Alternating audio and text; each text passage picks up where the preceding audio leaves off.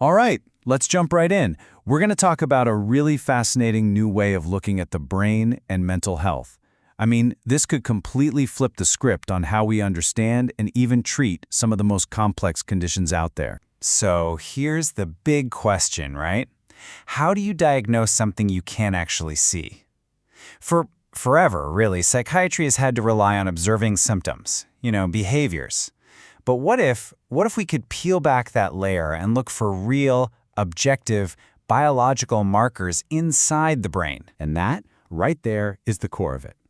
We've been working with these subjective reports for so long. How someone says they feel, how they act. The big dream, the big goal, is to shift away from that, to look at the brain's actual measurable dynamics. To go from what someone says is wrong to what we can see is happening. Okay, so this is where we get to the big idea for today's explainer. It's a concept called globalopathies. It's a totally new way of thinking.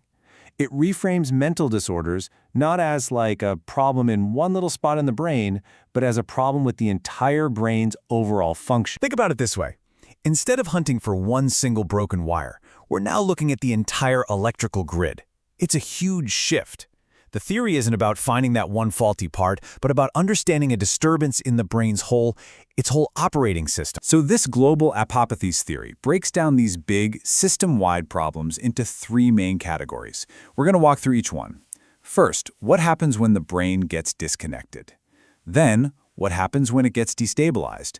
And finally, what happens when it just gets stuck? All right, first up, connectopathies.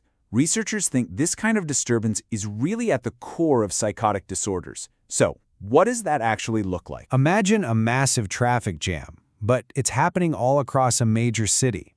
Inside your brain, information just can't get where it needs to go.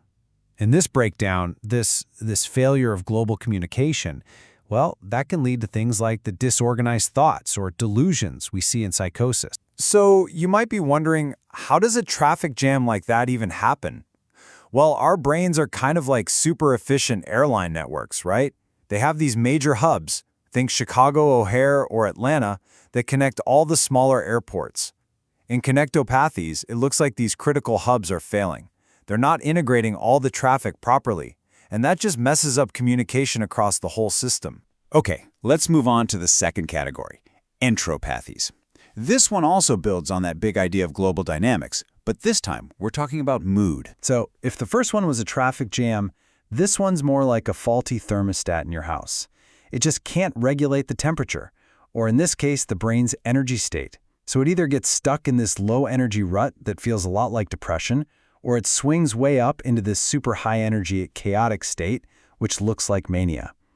The real problem here is just a total lack of stability. Now, if we want to get a little more technical for a second, this instability has to do with something called attractor landscapes. That sounds complicated, but here's a simple way to think about it. Imagine healthy brain states are like these deep, comfortable valleys where your mind can just rest.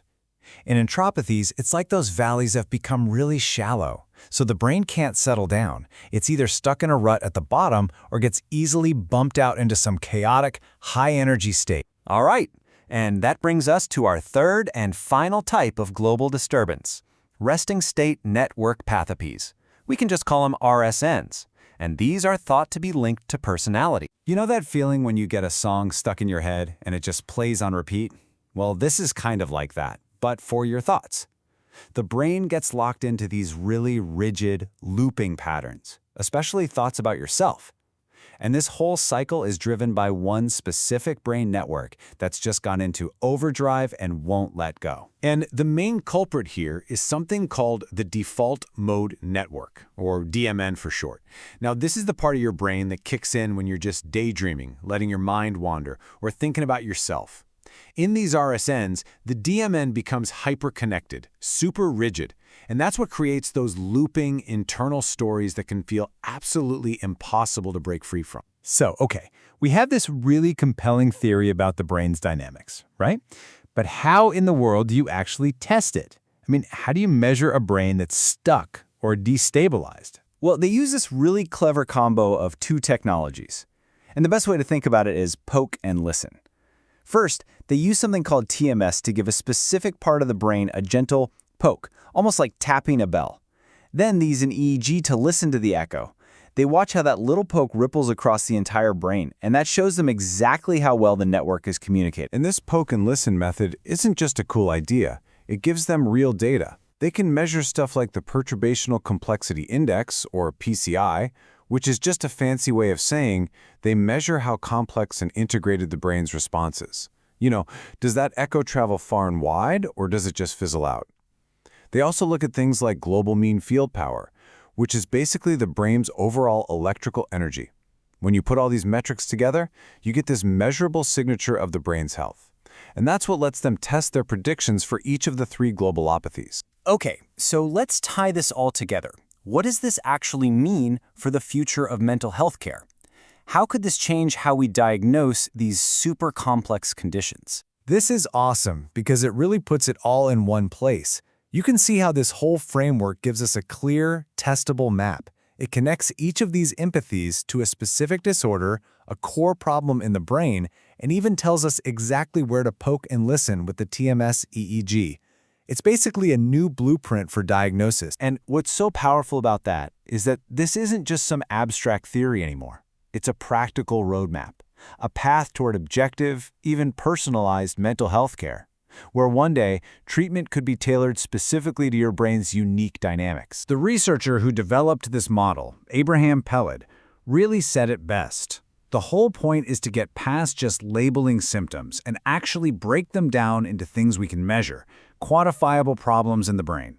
It's really about finally understanding the how and the why behind it all. And so all of this leaves us with a really big, kind of mind-blowing question. Think about it. We use scans to diagnose a broken bone, to check on your heart. No one questions that. With frameworks like this one, could we be standing on the edge of a new era? An era where a brain scan becomes just as normal, just as fundamental for understanding our mental health?